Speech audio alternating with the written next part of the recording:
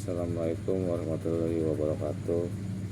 Kepada yang terhormat Bapak Nur Irwansyah MPD selaku dosen pengampu mata kuliah membaca, dan kepada teman-teman yang saya banggakan.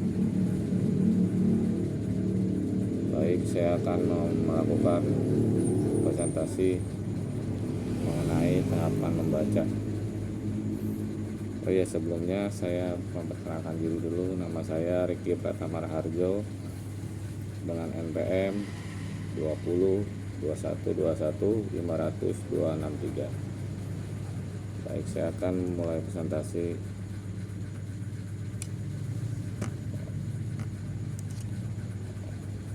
Tentang tahapan membaca. Setiap orang akan belajar membaca terlebih dahulu untuk memasuki tahap membaca permulaan. Membaca permulaan merupakan suatu keterampilan awal yang harus dipelajari atau dikuasai oleh si pembaca. Membaca merupakan salah satu jenis kemampuan berbahasa tulis yang reseptif. Semua yang diperoleh melalui bacaan itu akan memungkinkan orang tersebut mampu mempertinggi daya pikirannya, mempertajam pandangannya, dan memperluas wawasannya.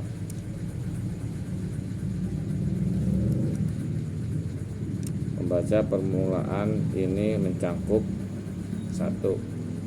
Pengenalan huruf, 2. Pengenalan unsur-unsur linguistik, 3.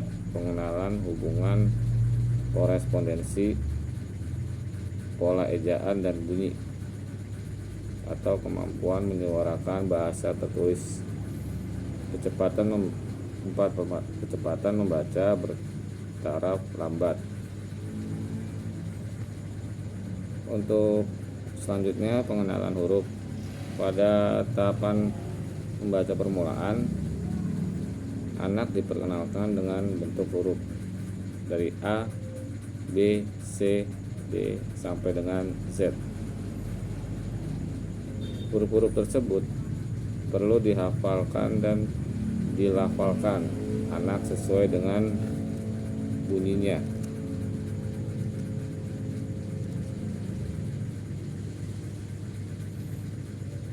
Selanjutnya,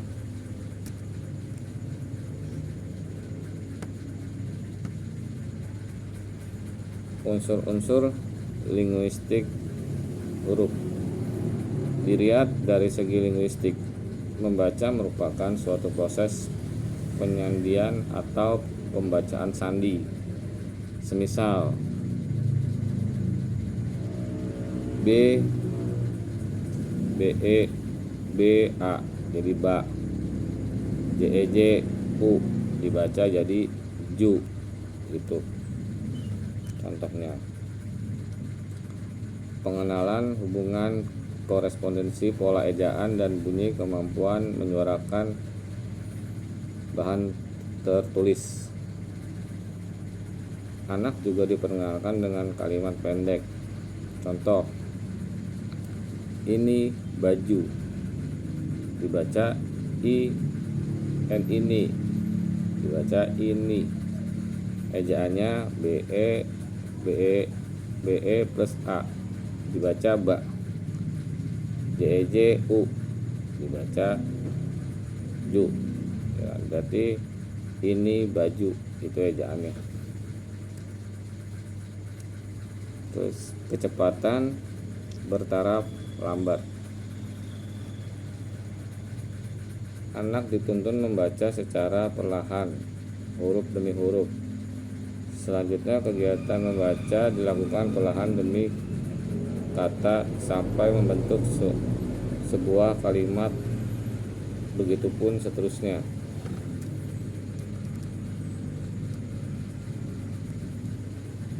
Jadi anak dituntut untuk bisa awalnya pengenalan huruf dulu, terus lama-lama untuk merangkai kata menjadi kata, terus dari kata dirangkai lagi menjadi kalimat.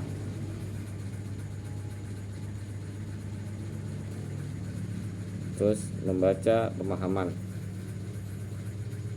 Membaca pemahaman merupakan keterampilan membaca yang berada pada urutan tertinggi. Dalam membaca pemahaman, pembaca dituntut mampu memahami isi bacaan. Nah, dalam membaca pemahaman kita harus tahu isi ya. Jadi ini udah lancar dalam mengeja, udah bisa merangkai kata-kata. Nah, baru ini biar bisa memahami apa isi dari kalimat, apa isi dari paragraf tersebut. Setelah membaca teks, si pembaca harus menyampaikan hasil pemahaman membacanya dengan cara membuat rangkuman isi bacaan dengan menggunakan bahasa sendiri atau menyampaikannya baik secara lisan maupun tertulis. Nah, jadi intinya kalau membaca pemahaman itu berarti dia harus bisa mengetahui isi dari bacaan atau tulisan yang dibaca sama dia. Jadi ya itu.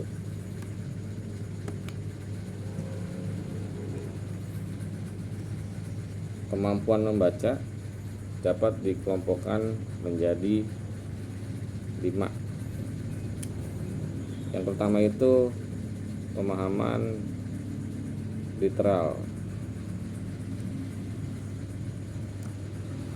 Pemahaman literal adalah pemahaman terhadap apa yang dinyatakan secara eksplisit dalam teks, pemahaman informasi secara eksplisit dalam teks. Pemahaman literal atau harfiah adalah kemampuan memahami ide-ide yang dinyatakan secara eksplisit dalam teks. Pemahaman literal lazim disebut dengan pemahaman tersurat. Jadi pemahaman itu berbentuk tulisan ya, berbentuk tulisan.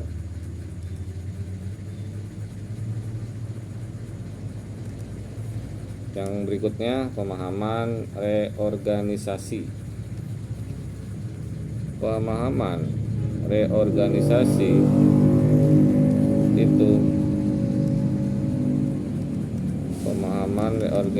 itu adalah pemahaman yang merupakan kemampuan untuk menganalisis, menyintesis atau mengorganisasikan informasi yang dinyatakan secara eksplisit dalam teks.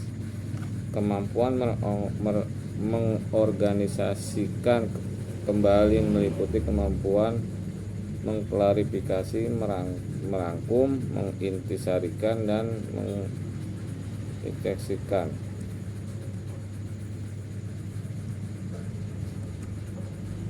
Dan reorganisasi. Yang berikutnya pemahaman inferensial. Pemahaman inferensial adalah kemampuan memahami informasi yang dinyatakan secara tidak langsung dalam teks. Memahami teks secara inferensial berarti memahami apa yang diimplikasikan oleh informasi yang dinyatakan secara eksplisit. Hal-hal yang dilakukan dalam pemahaman inferensial itu terdiri dari menginferensi rincian penguat, yaitu menduga informasi atau fakta-fakta yang mungkin perlu ditambahkan dalam teks. Yang kedua, menginferensi ide utama, yaitu menyimpulkan ide utama yang tidak dinyatakan secara eksplisit di teks. Jadi belajar menyimpulkan. Yang berikutnya menginferensial urutan, yaitu menduga kejadian yang tindakan yang mungkin terjadi dalam urutan peristiwa dinyatakan eksplisit dalam teks. Menginferensial perbandingan, yaitu menduga persamaan dan perbandingan antara dua hal yang dinyatakan secara eksplisit dalam teks. Yang berikutnya menginferensial hubungan sebab akibat, yaitu membuat simpulan dalam teks.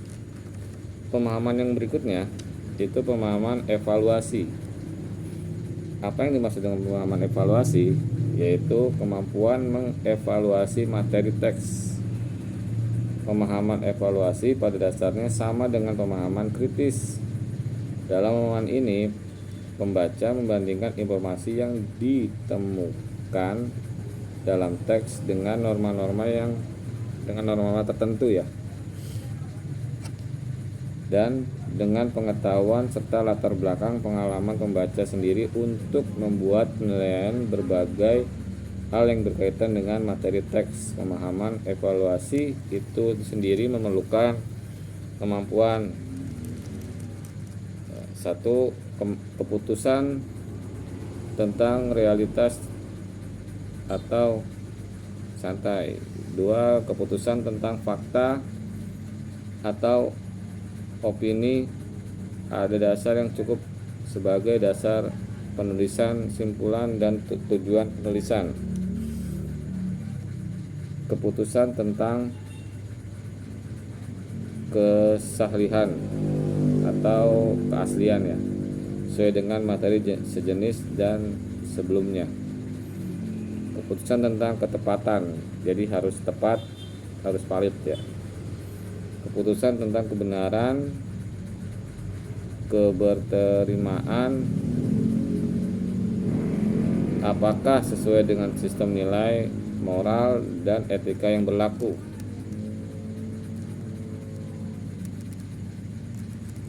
Untuk berikutnya, pemahaman apresiasi. Pemahaman apresiasi merupakan kemampuan untuk mengungkap respon emosional dan estetis terhadap teks sesuai dengan standar pribadi dan standar profesional mengenai bentuk sastra, gaya, jenis, dan teori sastra.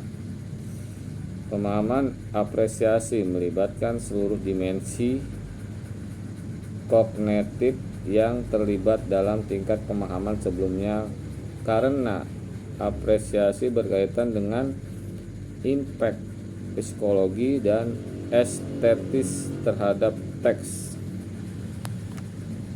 Ada beberapa kemampuan yang diperlukan.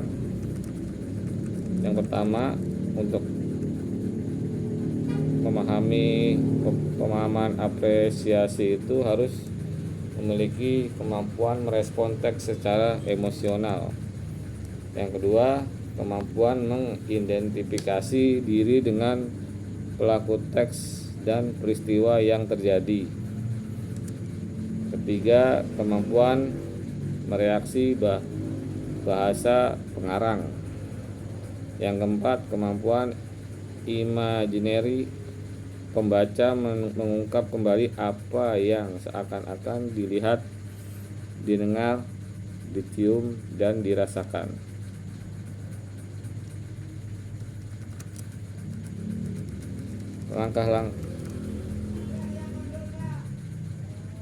Ada beberapa langkah yang dapat dilakukan dalam membaca pemahaman.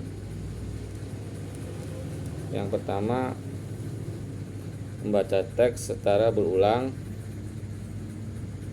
Yang kedua, menuliskan kembali hal-hal yang penting.